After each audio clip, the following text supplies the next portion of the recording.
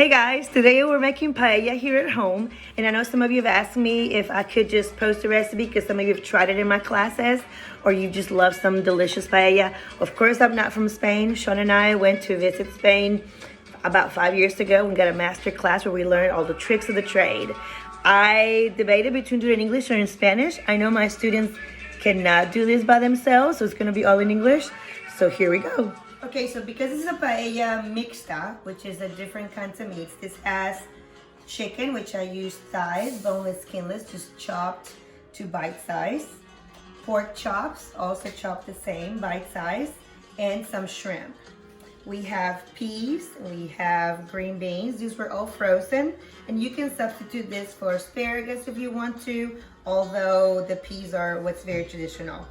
Also, we have bell peppers, usually red. You can do orange as well, or a mixture. We have 1 onion chopped finely, 4 cloves of garlic, 2 tomatoes that were grated. You just peel them and you just grate it with the grater and with all its juice. The rice, which is arborio rice, is a mid-grain rice. If you use the longer grain rice, it's not going to give you the best result, although it will be perfectly okay if you want to use that one. Then we have 1 cup of tomato sauce, just like this. We have the famous saffron, which are all these beautiful flower pistils. And it comes in little bottles like this. It's a little bit expensive, but I'm sure you can find it at TJ Maxx or Home Goods as well. And we have paprika, which we're gonna use about 2 hefty tablespoons of paprika in our mix. I know it looks like a lot, but it's really not that much because there's no spice in it. It's just pretty much for color.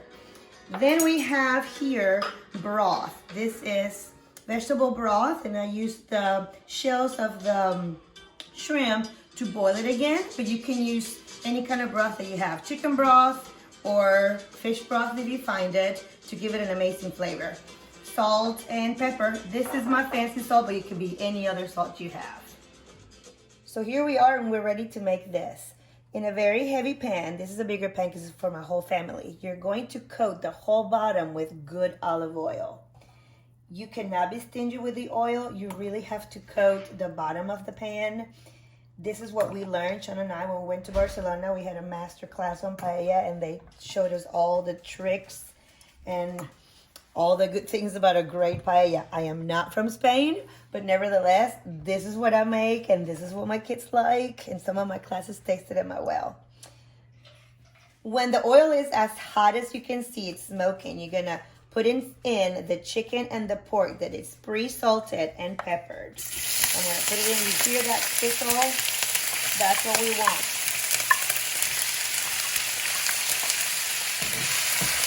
You're gonna spread it around the pan and don't touch it. Don't touch it. Let it do its magic. This is salted and peppered, and now you can start moving it around. You can see the color that it's getting. You gotta have a little bit of patience for this step.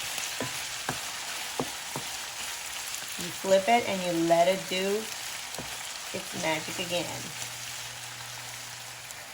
Just make sure that your pan is really hot and your dial is on the highest level you can get it. You're gonna make a little well in the middle. You're gonna push the meat to the side.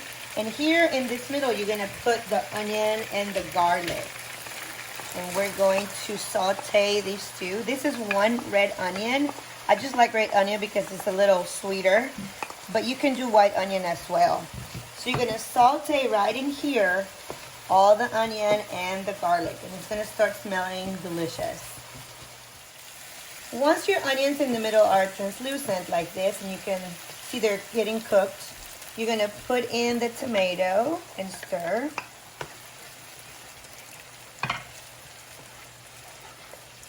You're going to put in the tomato sauce as well, just about 1 cup of tomato sauce.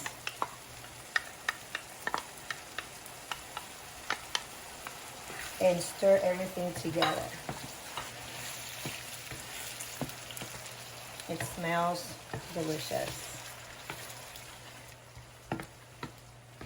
Let's get everything together. And here's where I'm gonna add the spices. Saffron is very expensive, but you don't need that much to get that delicious flavor. And you're gonna use it just like that. This is about 1 teaspoon of saffron for about a 6 people paella. So I'm just gonna add it in there. You can see how these little flower pistils get in there, and it smells, the aroma is delicious. The 2 tablespoons of paprika, which in Spanish is pimentón.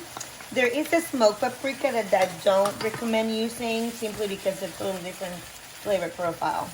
You can do paella with some chorizo, which you can do that. Not Mexican chorizo, but you can look for Spanish chorizo and you can add that there. At this point, what we're gonna add, if you can see, it all turns this red, beautiful red that we need, a very traditional paella. Of course, I am not from Spain. This is my take on a delicious paella that we saw making. And I've made it several times for my family and through the years with my students. These are peas. Paellas, you can add any vegetable you want. It could be asparagus. Traditionally, it's all green vegetables, pretty much. Peas is a very, very, very common as well. I'm gonna add them right here, and my green beans. You could have used asparagus, like I've said before. You're gonna save the peppers for the end. In the mountains of Spain, they say they used to put these instead of the shrimp, so it gives the illusion of having shrimp on top of the paella. Look at this. It is really, really amazing, the smell and the look of this. I could probably eat it all. The paella rice is called sometimes arborio rice, or you can use arborio rice to make that. It's kind of the same as a risotto. It's like a medium-sized grain. If you use the long grain paella, it's gonna be okay. It's not gonna have the same silkiness and creaminess, but you can use any rice that you have. Just make sure you use the same amount of water that the recipe or the packet calls. So here are 3 cups of arborio rice that I'm gonna add to this. Give it a move.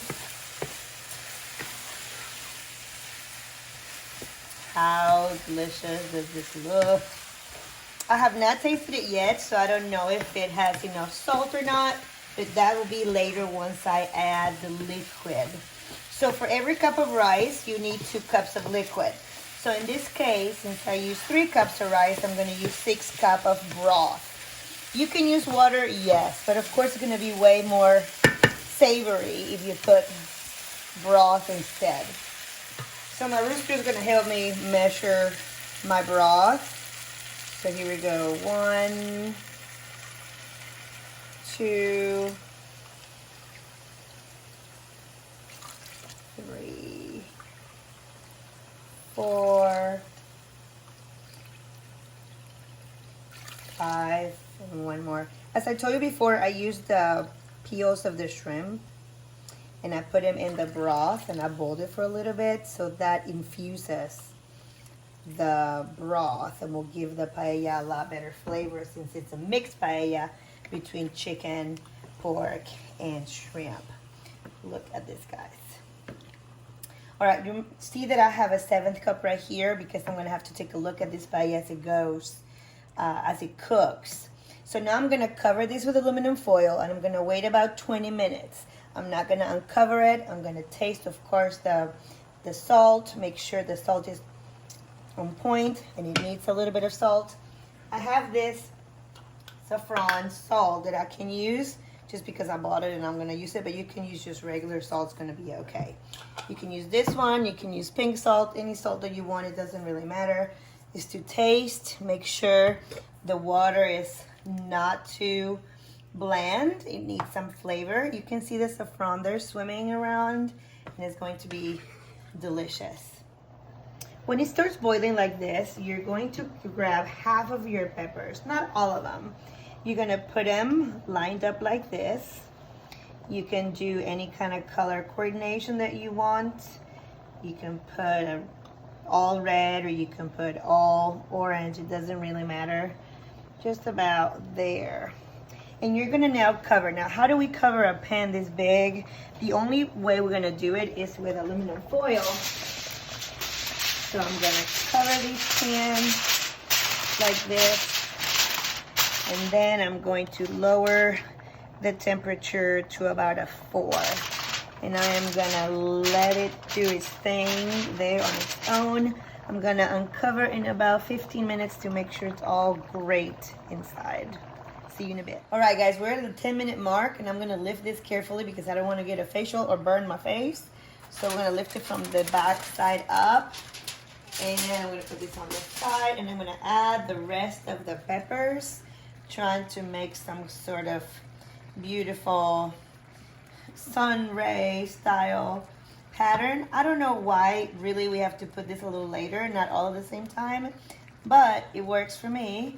In between these is where I'm going to put the shrimp right when the rice is almost ready, because if I put it right now, they're going to be hard and overcooked. So now I'm going to give it a quick little mix. Where's my spatula? Here. Just making sure that the water is going through because this pan is big. So you can see it's absorbing. Yeah.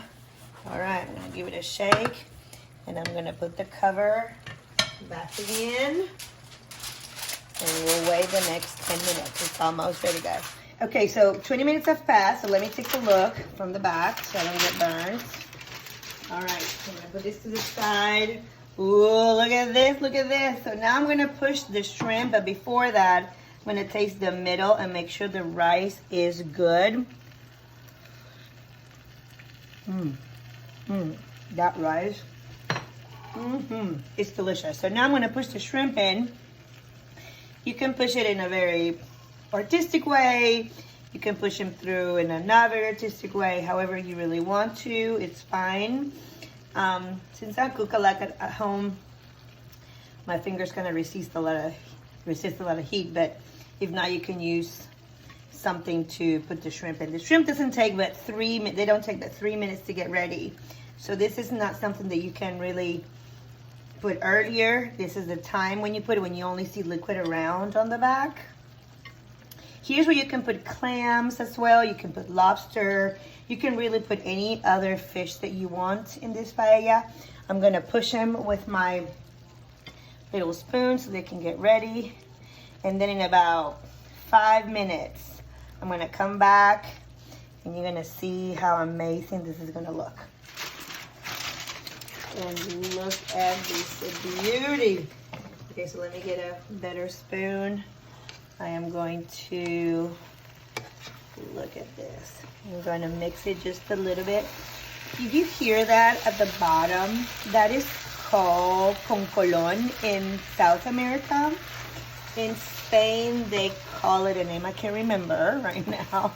But that is delicious. That people pay a little more when you buy a paella for that bottom part. Everybody fights for it. Listen to it. That is absolutely delicious. So anyway, you can see I'm so excited about this. So now the paella is ready. Now I mixed it all in. I probably should have left it as beautiful as it was, but it's okay. So I'm gonna give it a try.